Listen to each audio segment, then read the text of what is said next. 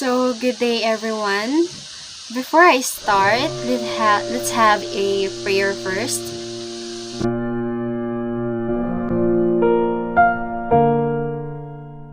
Please bow your heads and let us pray. Dear Jesus, please show me how to spend this day sharing your love in every way. Help me to be kind to everyone, to play and laugh and have lots of fun, shining your light and giving your grace, sharing your joy with a smile on my face. Angel of God, my guardian dear, to whom God's love commits me here. Ever this day be at my side, to light and guard, to rule and guide. Amen. So, okay, to formally start our discussion, let us play first. I know most of you are familiar with the game Guess My Number. Of course, I will give you a number, then you just put the word or the letter that corresponds to each number. Okay, let's start. I have here the first word. Of course, you are given 5 seconds to answer. Then just comment in the comment section the correct answer that corresponds to the number given. Okay, your timer starts now.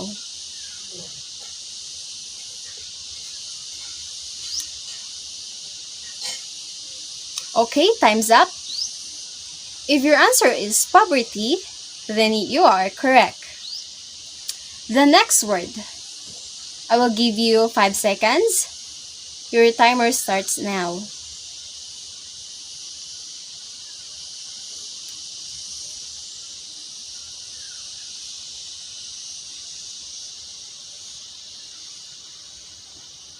Okay, time's up. If your answer is inequality, then you are correct. So, okay, based on the game, I know some of you had already an idea on what would be our discussion for today. So, our discussion for today would be about poverty and inequality, especially on the factors which affect the poverty and inequality in the Philippines and its plans and framework in overcoming poverty. So allow me to read the learning objectives. So at the end of the lesson, the students are expected to explain what poverty and inequality is, determine the factors that affect poverty and inequality in the Philippines, present ideas regarding to the poverty in the country and the ways of combating it by the present administration, and appreciate the efforts of the present administration to suppress poverty and inequality in the Philippines. So, what is poverty? I know some of you, when you hear the word poverty, would come up with your mind about the lack of money or kawadon sa kwarta, walay masudan or walay pagkaon, or kanang gutom, walay mapuyan. So, let me read to you the definition of poverty. So, poverty is a general scarcity, or the state of one who lacks a certain amount of material possessions or money. Another is that it is not having enough money to meet the basic needs, including food, clothing, and shelter. So according to the World Bank Organization, poverty is hunger. Poverty is a lack of shelter. So, sakto nga itong ginahuna ganihan no, nga when you hear the word poverty is kawadun o kwarta, kanang dili nimo ma-meet ang imuhang mga basic needs like imong pagkaon, sanina, and shelter, of course, mapuyan. Then, next, what is inequality? So, I know some of you, when you hear the word inequality, would come up in your mind that unequal treatment or unequal opportunity. So, just like that. So, let me read to you the definition. So, inequality refers to the phenomenon of unequal and or unjust distribution of resources and opportunities among members of a given society.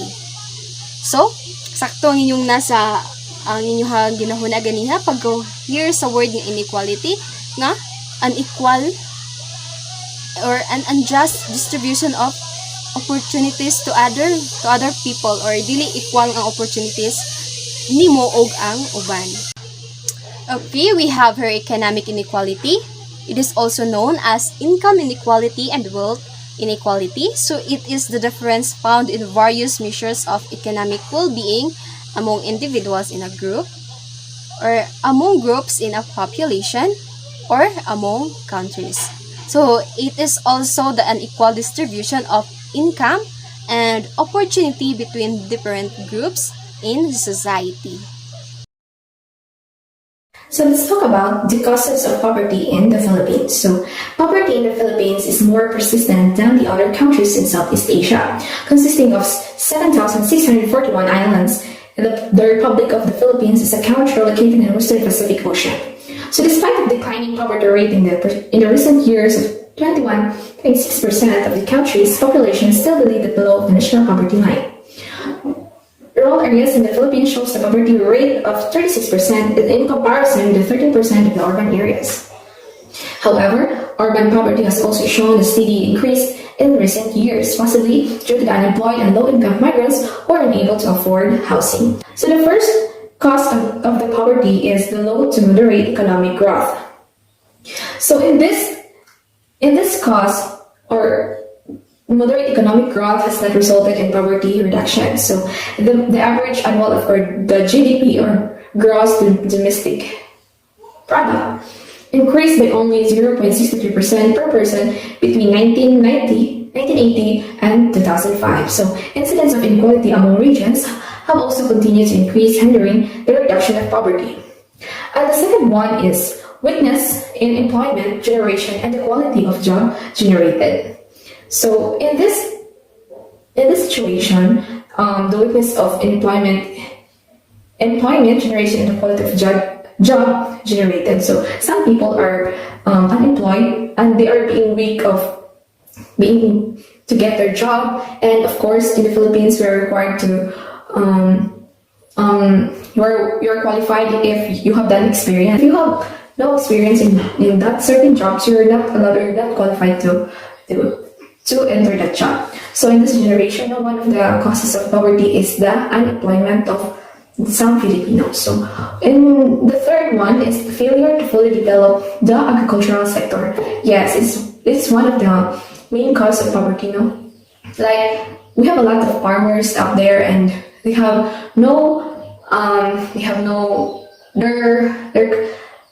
their agricultural sector are not fully developed. So how come they can produce more agricultural product if our government may also support to develop their agricultural sector? So the fourth one is the high inflation during the crisis period. So in this period, or we experienced a pandemic, or the coronavirus past 2019. So in this generation, we all know that people are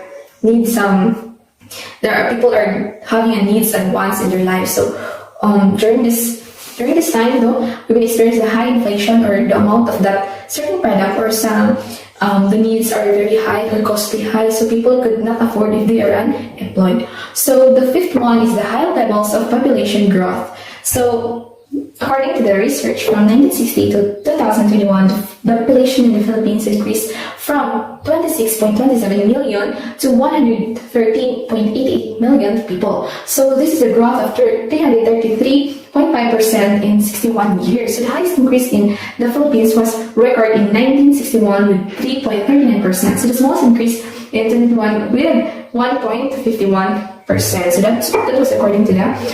Now we have the last one cause of the poverty in the Philippines. So this is with the recurrent shock and the exposure to risks such as economic crisis, conflicts, natural disasters, and environmental poverty. So when it comes to natural disaster, we've been experiencing some natural disaster like typhoons, earthquakes, and many more. So the people are being affected when people need some help, and of course they are being down. So we all know that Russia and Ukraine are still fighting, so it would cause a crisis, or it would cause poverty to all the peoples affected by the war, with that war. So we all know that we're being affected by this recurrent shocks and exposure to risk to all people. So those are the 6 causes that can affect, that could affect people and cause poverty in the Philippines. So how to combat the poverty in the Philippines? So from 2015 to 2022, the rate of poverty declined from 21.6 to 16.6%. So Philippine President Rodrigo Duterte aims to reduce the rate of poverty by 14% to 14% by 2022 through its strategy called Ambition 2040. The Philippine government plans to eradicate poverty by 2014. So the government has been implemented various programs and reforms to reduce poverty by targeting the education, healthcare, and the overall economy. So in this, we're very thankful to President or the former President Rodrigo Duterte, has been aiming to reduce the rate of the poverty, So, and of also the help of our government, the local government, and they are implementing some programs to reduce poverty and to aim that by targeting the education. So, as we all know, that education is the key that people are being educated, and of course will be qualified into that job so that the poverty would be reduced, and of course the healthcare and overall economy. So that's all for my report. And for the Ambition 2045 ways of combating poverty will be tackled to the next reporter. Thank you. Combating poverty in the Philippines. So from 2015 to 2022, the rate of poverty declined from 21.6% to 16.6%. So Philippine President Rodrigo Duterte aims to reduce the rate of poverty to 14% by 2022. So through its strategy nga Ambition 2040, the Philippine government plans to eradicate poverty by 2040. So the government has implemented various programs and reforms to reduce poverty by targeting education, healthcare, and the overall economy.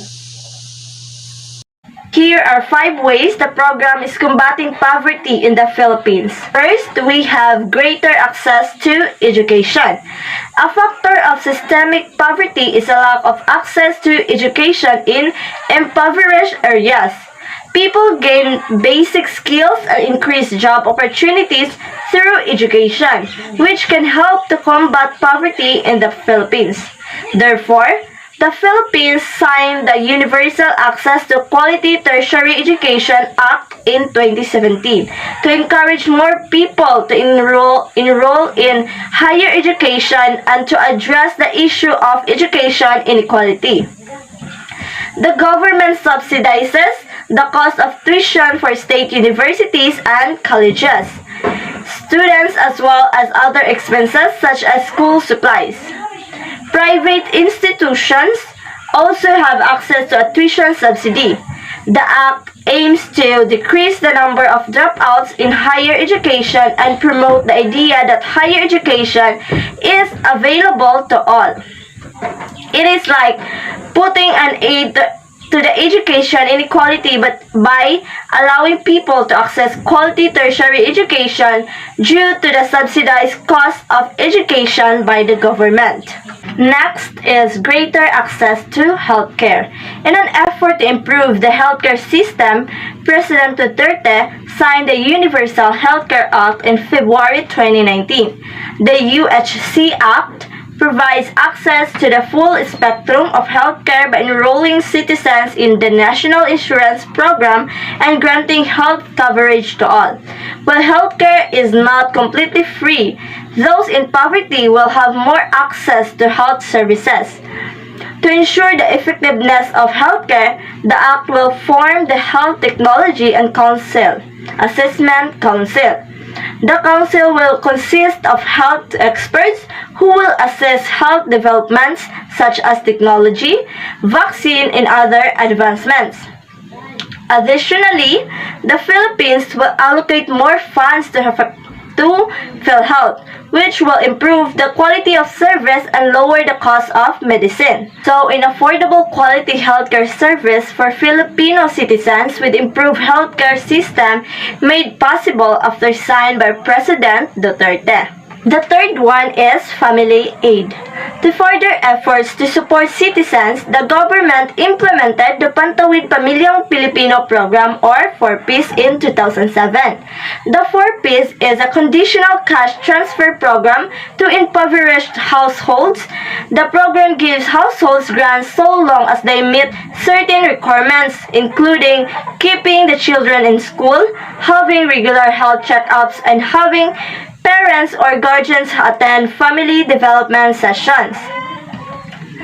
The 4Ps program benefits about 20 million Filipinos, 9 million of whom are children. Therefore, the program reaches about 20% of the population with the goal of greater poverty reduction. So impoverished families can obtain cash assistance from the government in order to eradicate extreme poverty and hunger, to also achieve universal primary education. Next is economic improvement. With the goal of reducing poverty by strengthening economics, President Duterte signed the Rice Tariffication Law in February 2019, amending the Agricultural Tariffication Act of 1996. The law places a 35% tariff on imported rice with the goal of prioritizing local rice production for the population by stabilizing the supply. The tariff also aims to benefit local farmers by creating a more efficient and competitive agricultural system. Well, in economic development is improving the economic well-being of a community through efforts that entail job creation, job retention, tax-based enhancement, and quality of life. And lastly, build. Additionally, the Duterte administration created the Build Infrastructure Plan in 2017. The initial goal of the program was to complete 75 projects, but Duterte revised the plan to instead target finishing 100 projects. Some projects include new public transportation and airport renovations. The government has put about 34% of the projects into action and is expecting to complete 56% by 2022. By 2019, the government had completed 2 of the initial 75 projects. With support from loans, the Philippines will rely on build as a strategy to aid the country in recovering from the pandemic. The government's hope is that combating the effects of the pandemic by improving the country's infrastructure will stimulate the economy and create more jobs. However, the program has received criticism due to its slow execution as a result of underspending. While in the program, which was a key component of his socio-economic policy, aimed to reduce poverty, encourage economic growth, reduce congestion in Metro Manila, and address the country's infrastructure gap. Unfortunately, poverty is expected to increase in the Philippines because of the coronavirus crisis. This will lead to the decrease in consumption growth and further income losses. Therefore, greater efforts are necessary to combat poverty in the Philippines amid the pandemic, which has hit the impoverished the hardest.